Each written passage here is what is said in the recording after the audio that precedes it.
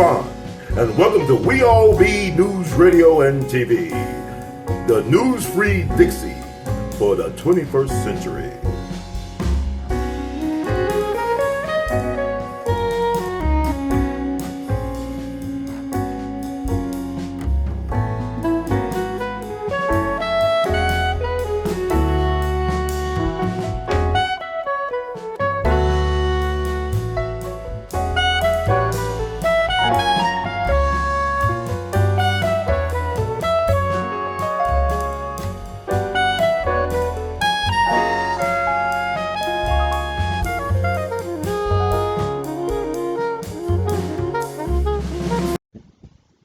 Good evening, good afternoon, good night, whatever part of the day it is that you're watching this.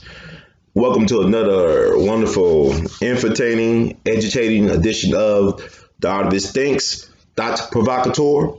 My name is Brother Ron, also known as R2C2H2, The Art of His. And once again, let me say welcome, boys and girls, ladies and gentlemen, scholars and laymen, the sleepish and the wokish, whatever your state of mind and being, to We All Be News-Free Dixie for the 21st century. So I'm going to talk about this Kobe Bryant, Gayle King controversy.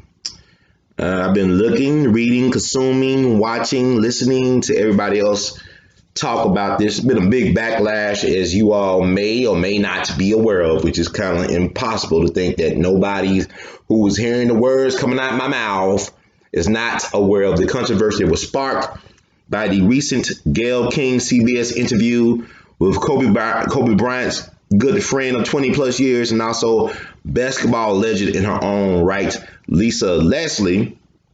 When Gayle brought up the rape accusations from 2003, 2004, and Lisa Leslie basically said she did not agree.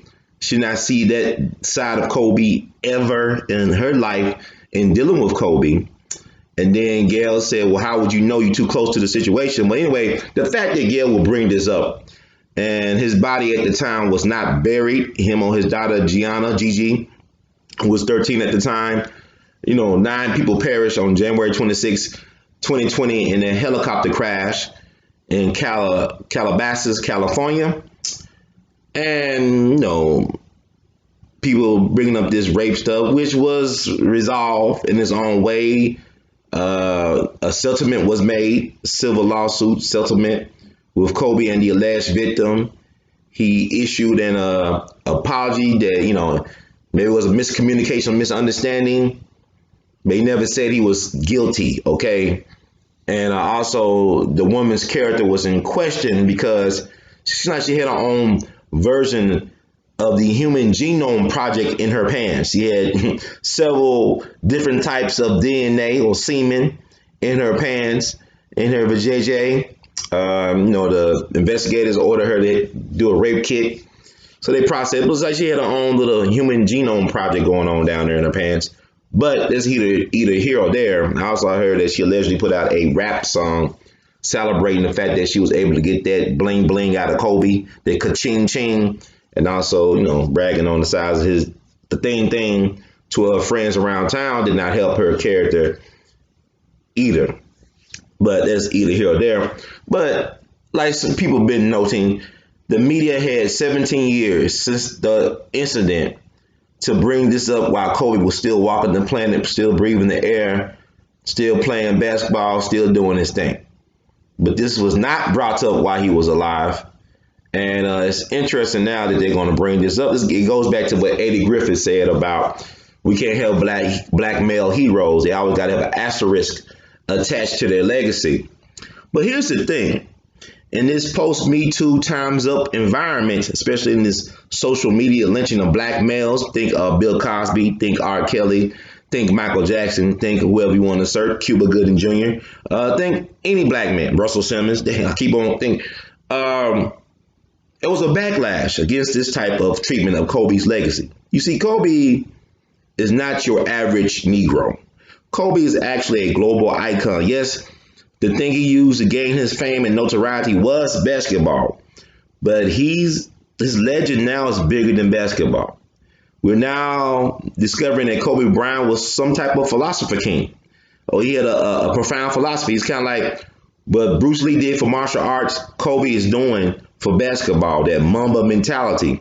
I mean, it's amazing to look at these videos and listen to Kobe talk. I mean, he sounds like a guru, a motivational speaker with no equals, like a Tony Robbins, so to speak. But even bigger than that, I mean, Kobe was like Bruce Lee of basketball. Because his philosophy, be like Wata, no, be like Kobe. Be like Kobe Bryant on the court.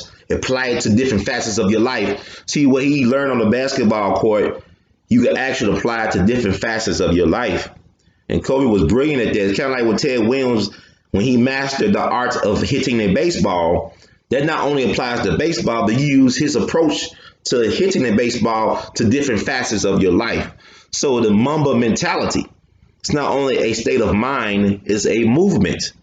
See, what Gayle didn't count on was the fact that Kobe has a huge following around the world. He is beloved in China, in Asia, in Italy. He spoke fluent Italian.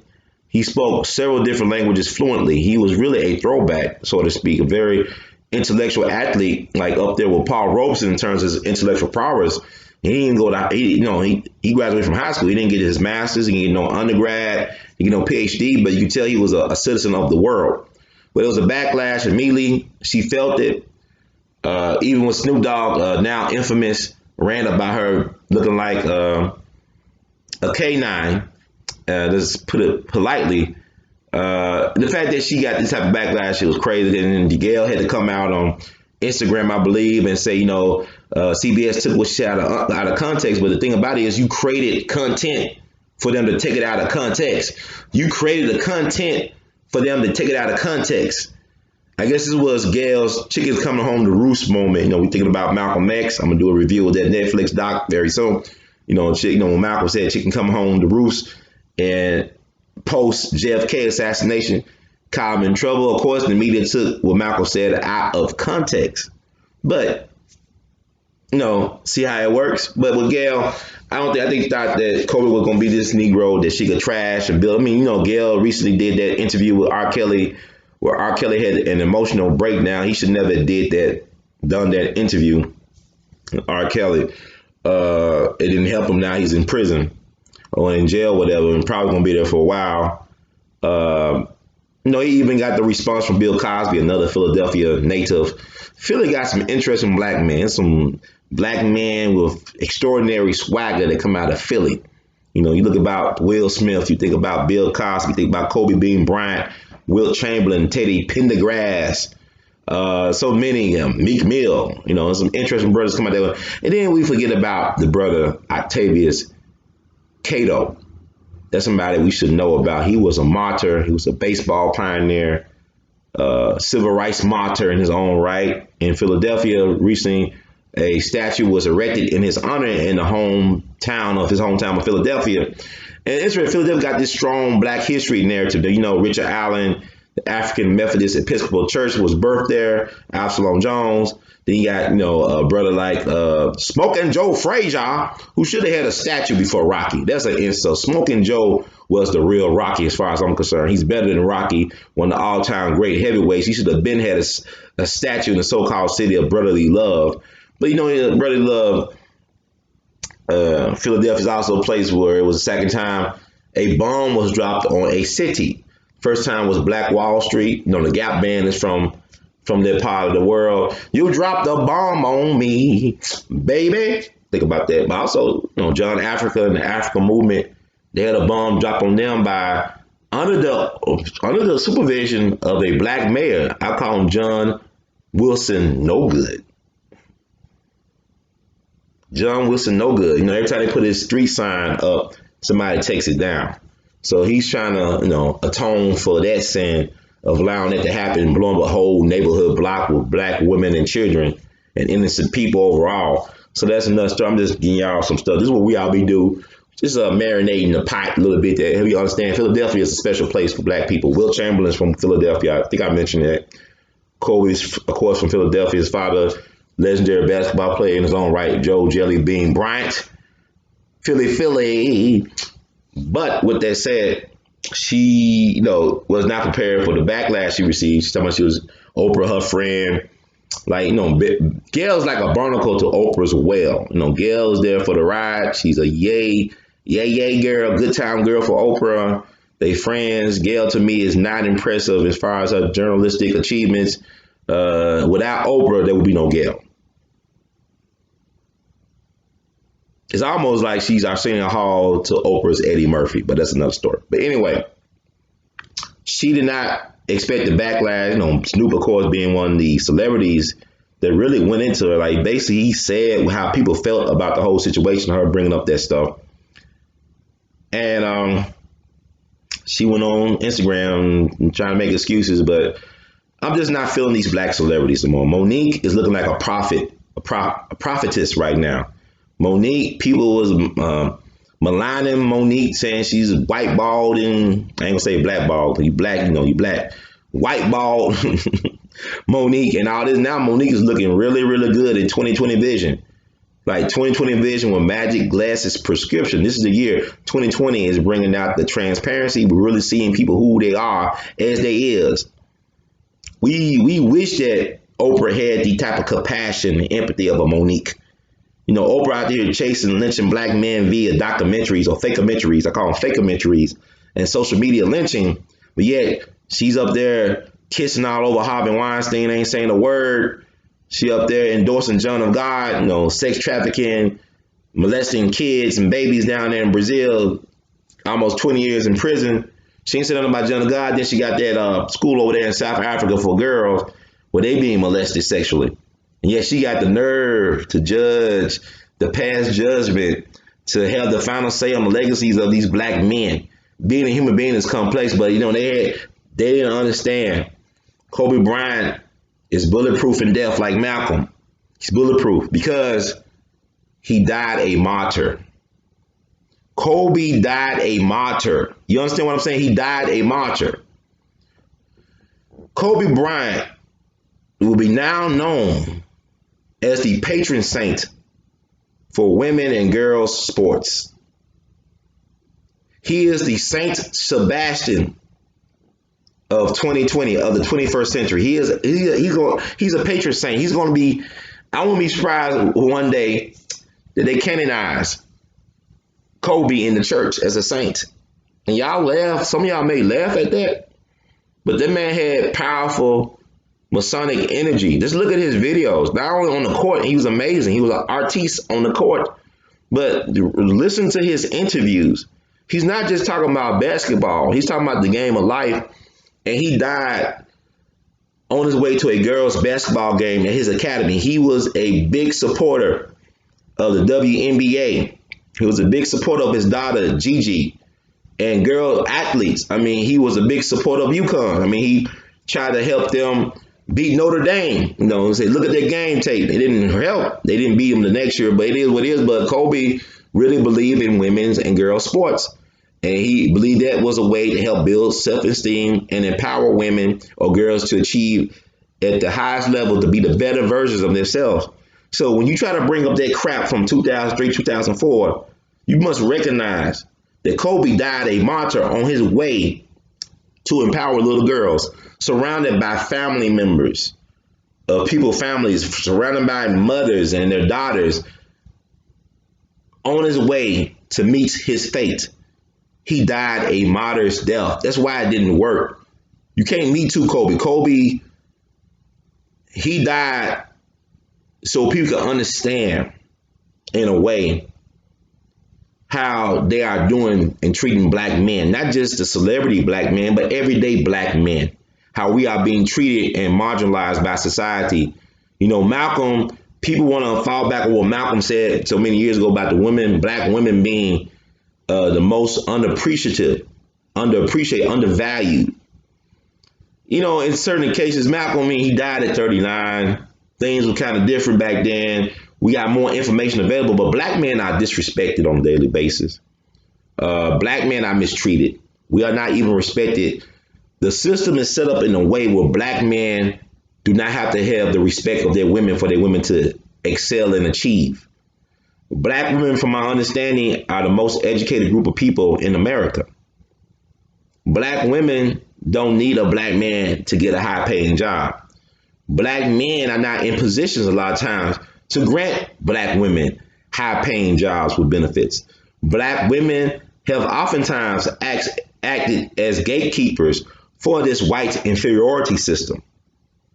No, there's no doubt about it. And you can't refute that. But black men are the least respected and the most envied as far as a group of men. And, our heroes are exceptional people.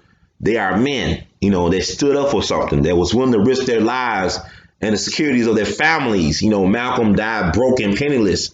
He had a large family full of girls. Now with Kobe was raised in a family of full of girls. And he grew up with two older sisters. So he's used to dealing with that feminine energy, but also he had the balance. He had that father there that inspired him, that showed him the confidence to be able to be a man, to make his dreams real. But the way Kobe died, he died a modest death. So whatever happened, from that incident back in 2003, 2004, his debt has been paid. His cosmic slate has been wiped clean, and now he will be remembered as a patron saint of girls and women's sports. There's no doubt in my mind the way you saw Gigi was playing, that she was on her way to being a great in basketball in her own right. She was going to be, they killed his legacy as far as basketball from his bloodline. Or maybe it might, skip a generation. Who knows? But Gayle thought she was dealing with as an average cat. Like when Malcolm died and you read the New York Times obituary, they try to write off Malcolm as being some disillusioned thug or hate monger. But look at, we talking about Malcolm. It's been almost 55 years since his assassination, and we are talking about Malcolm more than ever. People are watching his videos of his speeches on YouTube, making documentaries, even TV shows like the Harlem Godfather, which I'm going to do a review. I'm not really, I'm doing a review. There's another one. But they tried to kill the man's legacy. But like Dr. King said, truth crushed to the ground shall rise again. And make no mistake about it, Kobe Bean Bryant's reputation has been resurrected and is breathing new life into people. And it's bigger than basketball. That's why Gayle King was not successful in crushing this man's legacy. It won't be successful for anybody because it's bigger than basketball. It's bigger than what white folks want to define it as. It's like with Bob Marley, his iconic status go beyond reggae music, but the music is there, the power is there. The politics, the love, the passion, just like with Kobe, People criticize, saying, well, Kobe wasn't doing much as being outspoken, being an advocate for Black Lives Matter and things like that. I never met Kobe, but I know his spirit. But now we're seeing it's being unveiled that this man was a humanitarian as well as a philanthropist. People talking about how during his career he was selfish. He was a selfish person. But now we're seeing that this man has influenced directly a whole generation of players. He actually personally helped these guys become better jump shot shooters, help with their jump shots, help with their work ethic, with their discipline, hands on. All these stories are coming out. This is not just coming out of Kobe's mouth, but these are coming from people who witnessed, who were beneficiaries of Kobe's brilliance, that he was willing to share that knowledge that he learned through his amazing work ethic as a Virgo. We're going to talk about that before we wrap this up. But, people say, well, Kobe, I'm a fan. I grew up with Michael Jordan. Michael Jordan is the great, right? The great Michael Jordan, right? And T-Mac claimed that Kobe said he wanted a career better than Jordan and to die young and be immortalized. The thing about it is, for the generation of NBA players now, he is Michael Jordan. Kobe is that Michael Jordan, and he's different than Michael in a way that's interesting because he is more, it seemed like he was more of a teacher in terms of being more forthcoming with sharing the information. And really, that was got Bruce Lee in trouble. People believe that Bruce Lee was murdered by the old guard because he was revealing too much of the secrets of the craft. And Kobe was one of them dudes, he was revealing the secrets of the craft. He was like a mad scientist in the lab. You know, we just had brother DeJuan Brown, a big Kobe fan, Lakers fan. How he talked about how Kobe used to study National Geographic to learn animals and their movements and dealing with certain opponents like Allen Iverson, who he compared to being like a shark. So, I mean, Kobe was an intellectual. He had a high basketball IQ, but he just had a high IQ, I believe, in general. So, that's why it was a fool's errand for Gayle King to think that she's going to be able to take down Kobe this easily, because he has not, since that time period, gotten into any type of trouble as relates to women. You have women vouching for him who are well respected and classy, like Lisa Leslie. Then you have folks like Bill Cosby, in prison, supporting Kobe. Another Philadelphia native, like I mentioned, his wife coming out. People are saying, I just don't, these black celebrities, Malcolm warned us about weaponized black celebrities. Stop endorsing these black celebrities. They're crazy. A lot of them crazy. They're afraid. They don't write their own checks, and why they can't do nothing for the people. They are questionable parents. I'm not going to get, they got questionable parenting skills. I would not allow my mind to be filled with their parenting advice. A lot of them have sold their souls and their kids' souls, it seems, for a deal that they can't never get out of now. They seal the deal with the blood pact. I'm not going to get into, y'all use your imagination about the people I'm thinking about. When I'm talking about these people have sold their soul for fake fool's gold. They have sold their souls for fool's gold, running fool's errands. So, no, I'm not feeling Oprah. I'm not feeling Gayle. I'm not feeling Steve. I'm not feeling all them people that think this is about gender wars. No, it's not about gender wars. It's about right and wrong, and that's about it. And I'm telling the people out there, you got to be the leader that you want to see in the world. You got to have your own moral compass, your own moral code. So that's very important. And also, I noticed that, recently we've been talking about numerology on here. Like I said, I never really had this. It's amazing. Like the universal God, see, like you've been dropping stuff in my ear, in my mind, to get me motivated to do these videos about Kobe based on numerology. I'm not an expert per se, but the numbers really don't lie. It's up to your interpretation of those numbers, like how you interpret dreams. Now, that's a different story, but, it's fascinating that they had the private funeral for Kobe and Gigi, or Gianna, on February 7th, 2020. Now, if you add those numbers up, the 2 plus 7 plus 2 plus 0 plus 2 plus 0 equals to what? It equals to 13. That's the age that Gianna was when she died on that plane. Number 13, we talked about in previous videos. That was Kobe Bryant's draft pick number in 1996. He was number 13 for the Charlotte Hornets. Also, his last game he played was April the 13th, 2016. And yeah, so it's interesting. People say, well, what does that mean? I say, well, it is. Numbers don't lie. It is what it is. Numbers don't lie. But also the fact that the public memorial will be, of course, February the 24th, 2020. Significant, of course. Like his wife broke it down. 2 was Gianna's playing number. 24 was Kobe's playing number. 20 years in the NBA. 20 years in a relationship with this man. So, it's a matrix that we're living in. I don't believe in coincidences. I don't believe in accidents. I just believe that there's more things we don't know than know.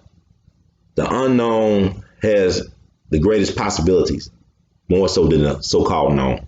And what is so-called known could be changed when new information becomes available. So, time's up for Gayle and Oprah. They are not friends of the black community. You not get to those positions where they at by being friends to the black community. They have done a lot of damage, and it's coming to the surface now. It can't be hidden. First, they were sweeping the stuff under the rug. Why is it that no outrage from Gayle as it concerns her former boss Les Moonves, or her former co-host Charlie Rose, or even Matt Lauer? Matt Lauer is like if Ted Bundy was able to have a broadcasting career. That's Matt Lauer. He had trap doors for women. Think how he treated women. Then, Matt Lauer looked different in the beginning of the career and towards the end. Now, I'm not saying people age, of course, people change with time, but look at, he had this certain look, the certain hair, and all of a sudden he started looking like maybe he should have been on one of those sex predator lists. When you move into the neighborhood, they said, well, this guy's a sexual predator. He can't stay on so many feet or whatever from a playground. Like, he looked like one of them guys. I'm just saying. I'm just saying. I'm just saying in my OJ Twitter voice. But that's just a joke. It don't mean nothing. But you can't go by looks because, of course, serial killers are very deceptive because people go by looks. You can't look at, people like, a serial killer should look like Michael Jackson. No, they don't look like Ted Bundy. I remember talking to some black people who used to live in Milwaukee. They actually worked, I think, the chocolate factory where Jeffrey Dahmer worked at. And sometimes they would have happy hour over at Jeffrey Dahmer's apartment in Milwaukee. I said, man, y'all used to have happy hour? So, yeah, a lot of us, you come over the house and y'all ain't smell nothing that was fishy. I ain't look in the refrigerator or the crock pot. I said, nah, we just having happy hour. I said, okay, then y'all see this guy on TV, got all types of black body parts, penises and lobster pots and stuff. I'm just saying, he loved chocolate. He loved all types of chocolate, right? So, you can never tell with people. And Kobe and everybody, we all got our, vices and dark side, but that's not important. Because I think what we got to learn now is not to put anybody on certain type of pedestals. Once you start elevating folks on certain pedestal, you're going to be disappointed, not because they're trying to disappoint you, but because they're human. And the thing about it is, they're no different than you and I. They have their fears. They have their moments, and they have their weaknesses. So I think what you should do is celebrate people's achievements, like, in their field, not take, this is your life. Don't look at their whole life, because I'm sure if you hang around anybody 24/7, you'll find things to be disappointed about. That's anybody. I don't care how great they are. It's just being a human. It's just a human experience. And like the old saying goes, every saint has a past and every sinner has a future. Every saint has a past and every sinner has a future. I might have messed it up, but you get the saying. So Kobe, like I said, he's the patron saint. I'm not trying to put him on pedestal, but I'm just saying this was going to happen. You go back to Saint Sebastian. Saint Sebastian is considered the patron saint for athletes. And Saint Sebastian was an early Christian martyr of the church, right? He was, first they tried to kill him. The Roman emperor had people shoot arrows into him, like bow and arrows, like William Tell. They were shooting a bunch of arrows, but he started looking like an urchin or a porcupine. He had so many arrows in him, they thought he was dead. Then there was this woman named Saint Irene of Rome, whose husband was also a Christian martyr. She took him from the place where they had, left him for dead and basically nursed him back to health. So he confronted the Roman emperor again, and they were surprised he was still alive. Like Tupac getting shot 5 times, he come back, Hail Mary, come quick, she. What do we have here now? Okay, you get the idea. But so the Roman emperor said, okay, take care of this guy. Bada bing, bada boom. So his guards beat him up, clubbed him to death, beat him with a bunch of wooden sticks, threw him in the sewer, and then he finally died. But he is known as the saint, the patron saint of sports, of athletes in particular, because of his endurance, his ability to recover quickly and to endure pain. And also he's a LGBTQ status icon as well, but that's another story. I can look that up. Take a look, it's all online. But what I'm saying no, hands off Kobe, because universal God said you can't touch him. Dun dun dun dun. Can't touch him. Dun dun dun dun. Can't touch him. Dun dun dun dun dun dun dun dun dun dun dun dun. Yeah, Kobe's untouchable in death. He's bulletproof. Not because he's better than us and whatever, but he had a messianic quality. Look at all the murals going up. People creating these halos and stuff, and they his legend has already grown. Is growing. And the more we find out about Kobe and his work ethic and about his aims, his goals, this man won an Oscar after retiring from basketball. I mean, this man was a perfectionist. He was a rapper. all that stuff. And he wasn't a bad rapper. He had a good flow. I mean, Kobe was a perfectionist. He was a Virgo. This is a year of the Virgo. This is Virgo year. I mean, regardless with the zodiac, I'm a Taurus, but Virgo. Think about the Super Bowl. I told y'all Patrick Mahomes, Virgo. You know, his birthday adds up to 41. That's the age of Kobe when he died. You know, he was, anything that Patrick Mahomes, he was like a multi-sport star. He could have been a baseball star or a basketball star, but he chose football, track. I mean, he could do it all. You think about this is a centennial year celebration of Charlie Charlie Parker, another Virgo, born August 29th, 1920 in Kansas City. Now we just got a Virgo quarterback that just won a Super Bowl 50 for Kansas City. So you got Charlie Parker, Virgo, who was known for practicing 11 to 15 hours a day on the saxophone for 4 years. It's like Kobe was known for making, not just shooting, but making 1,500 jump shots when he practiced. See, Virgos are phenomenal for focus and discipline and clarity of vision. They understand what they're going, what their objectives are, and they put the work in to get there. You know, Patrick Mahomes had to practice a lot to get where he's at, no doubt about it. Think about other Virgos like Beyonce, Michael Jackson, Dinah Washington. Matter of fact, Michael Jackson, Charlie Parker, Dinah Washington, and Albertina Walker, the gospel great, all were born August 29th. Kobe born August 23rd. He's a Virgo on Leo cusp. So if you're into zodiacs, you're into numerology, all this stuff is making sense now. Amy Winehouse was a Virgo. People say, well, she had a drug. I ain't talking about, look at her music, though. She was a perfectionist when it came to her music. Same thing with Charlie Parker. Charlie Parker died young. Amy Winehouse died young at 27. Charlie Parker died at 34.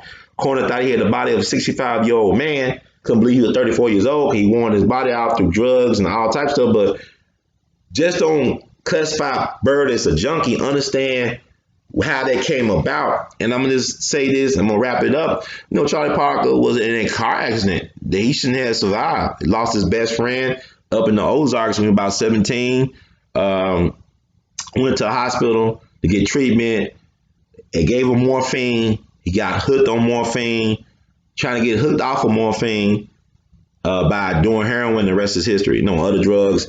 Ended up getting off of heroin, I believe. Started drinking wine. Like, dude was known to drink a gallon of wine sometimes a day. So he was doing all types of stuff. But if you talk to Charlie Parker, listen to his voice on YouTube. Man sounded like he was a college professor, but he didn't graduate from high school. Kobe sounds like a college professor. He didn't went beyond high school as far as his formal education. These guys, like when people talk about Bird, they say the people that knew him in life, that knew him in life, they said this man was like, he had a wide ranging interest in the world. He had a real high intellectual curiosity. When people talk about Kobe Bryant, they say he had a real high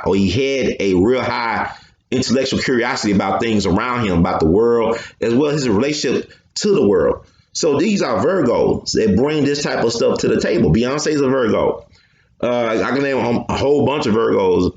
I ain't saying all Virgos got this, but when they get it and they got it, they go.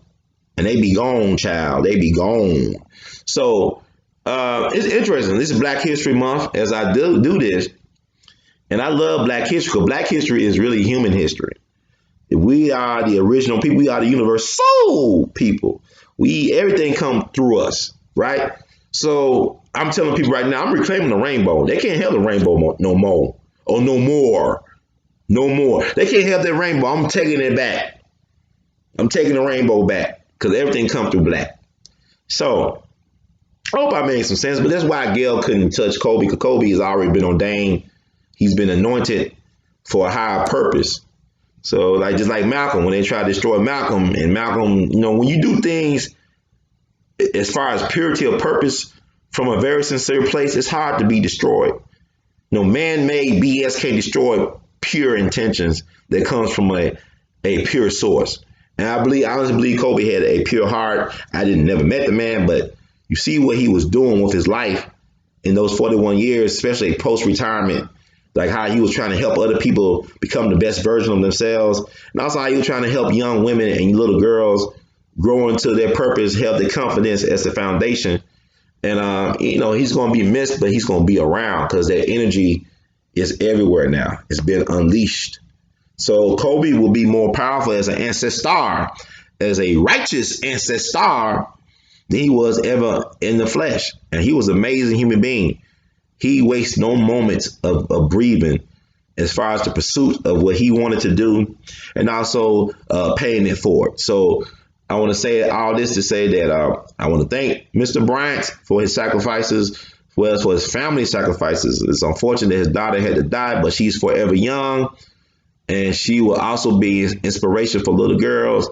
And Kobe be inspiration for fathers, because there's another thing, how they try to disrespect black fathers. Now, my father was not in my life, but I had father figures, related, and also people that were not related to me, but they were like family. I was blessed to have that. And also, black fathers are some of the best fathers on the planet.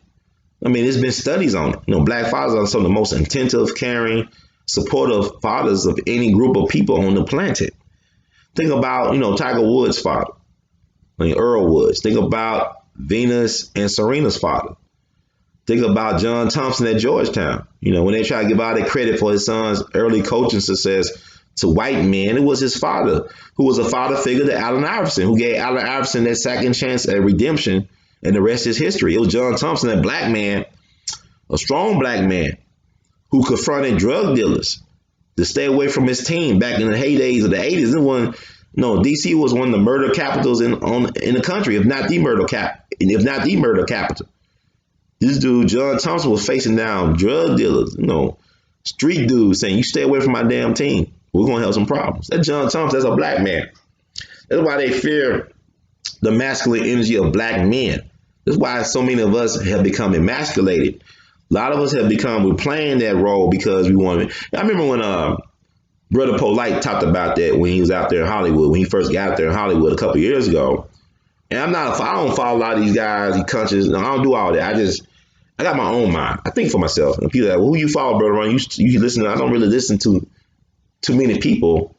I listen to certain people every now and then. So I'm not a follower of anybody. I'm my own person. And I think I saw what Brother Polite said about how a lot of cats get into the game of Hollywood, they will act the part of being effeminate or even gay. But they'll just act that part. I remember Dick telling me about certain people y'all be surprised about, who he said in his own words weren't gay, but they was playing that part. I'll let you figure out who he was talking about. He said they was just playing a part, they were playing the game, it was a hustle.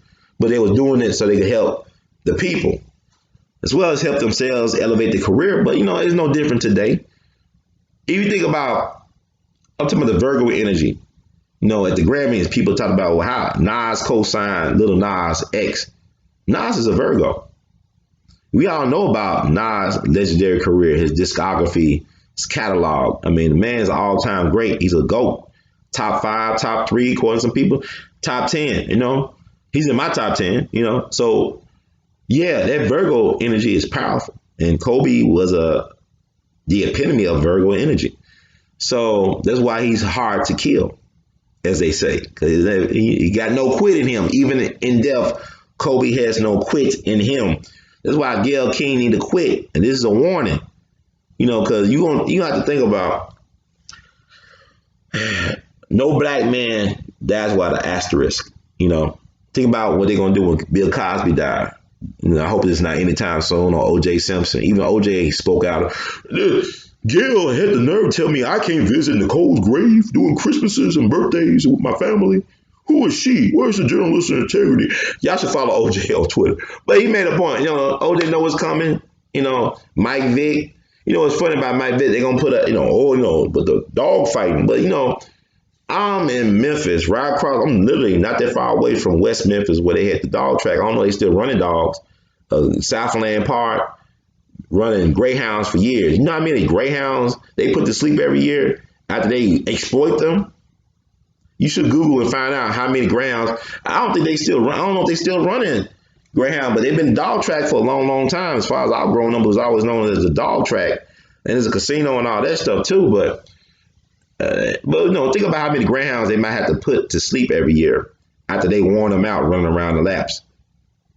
But yeah, Mike Vick is a villain. He's the face of dog fighting. All right, like they always gotta have the black man or black people or black woman as the boogeyman or boogie woman for everything that ills America. But nobody talk about how America ills black people for generations, causing all types of generational trauma as well as personal trauma with interest. So we got to be real about that. We got to be non-apologetic about how we are treated and how we are seen. We got to start creating our own media. It's not just YouTube. Just start telling our narratives, our stories, man. We got smartphones. You got your own mind. Stop worrying about the validation from awards. It's nice to get recognized for your craft. Of course, Kobe should have won more MVPs, but because that incident from 2004, politics played a part in it. They don't want certain people to be the face of things, but Kobe is bigger than the NBA, and he might even be the logo of the NBA now, because his father figure, Jerry West, said he wouldn't mind Kobe being the face of the NBA as far as the logo. In my humble opinion, the logo always should have been Oscar Robertson before even Jordan. We don't talk about Oscar Robertson because he took on the league in free agency like Kurt Flood did. The only thing with Oscar Robertson, they couldn't blackball or whiteball Oscar Robertson until he was too damn good. He was a great, but you never heard about Oscar Robertson getting any head coaching jobs in the NBA, even though he has a high basketball IQ. It's because of the free agency thing. Take a look. It's all online. See, people say, who's Kurt Flood? Take a look. It's all online. So even Kobe during the strike, the last strike, when they're trying to work on a collective bargaining agreement, Kobe was a leader in that. He was adamant about the players getting compensated.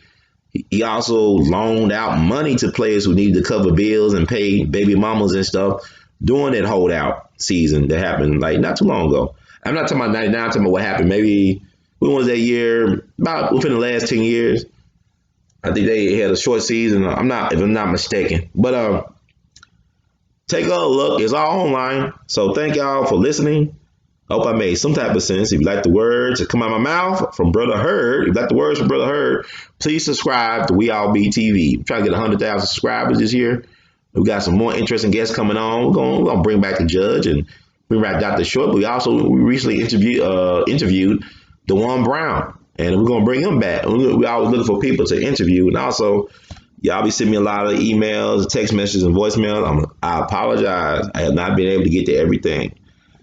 Working 40 plus hours a week and trying to still be creative, cleaning the toilets, man.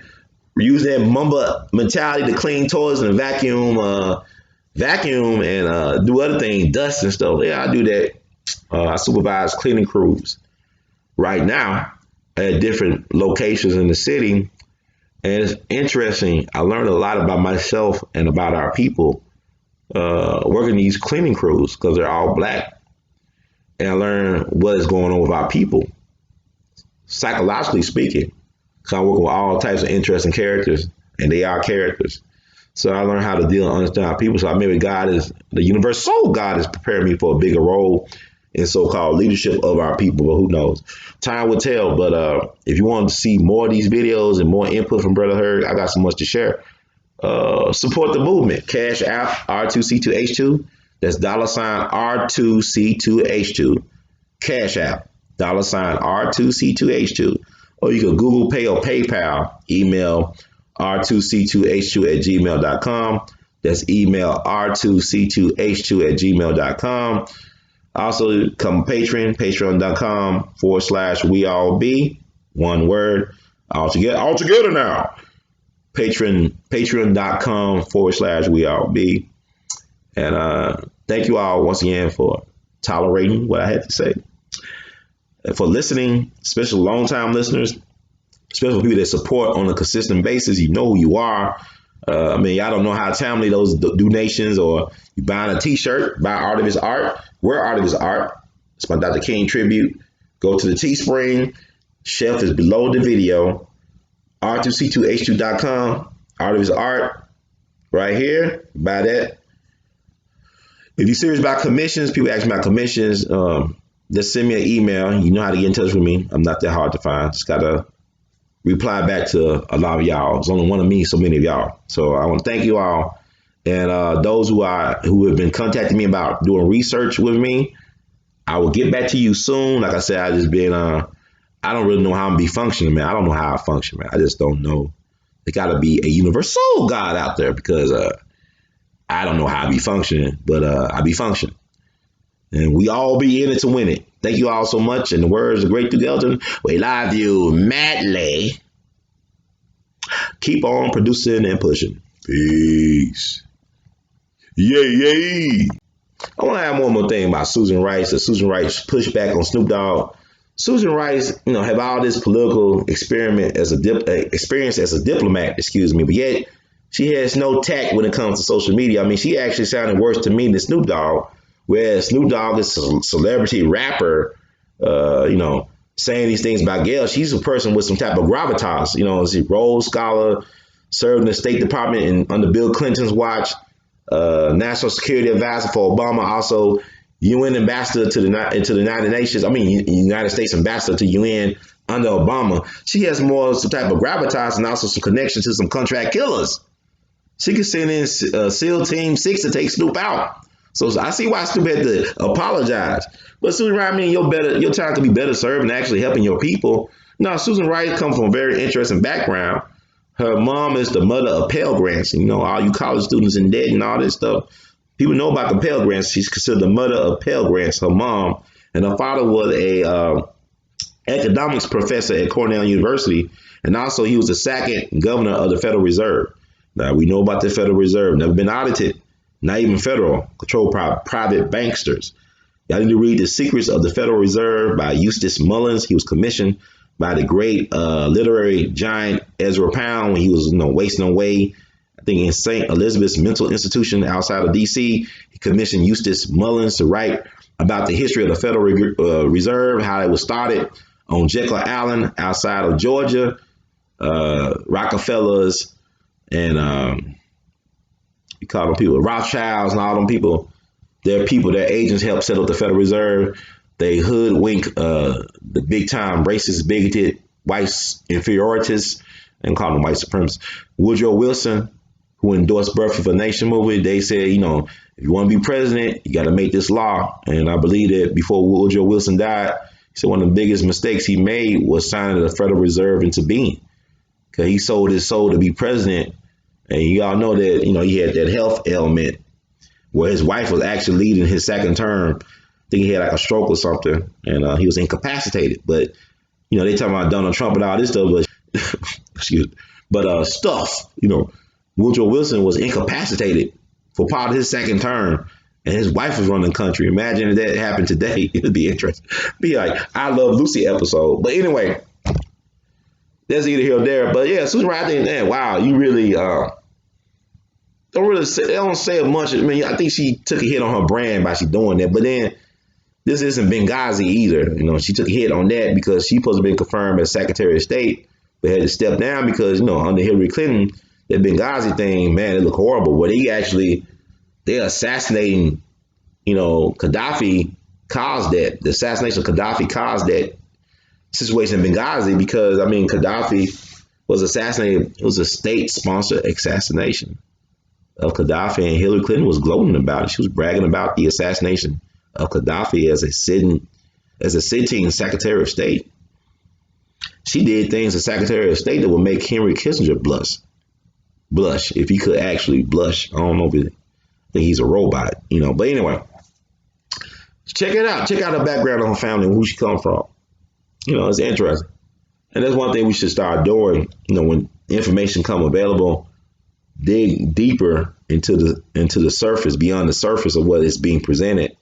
You start finding things out and you connect the dots. La la la la. Connect the dots. All right. God bless.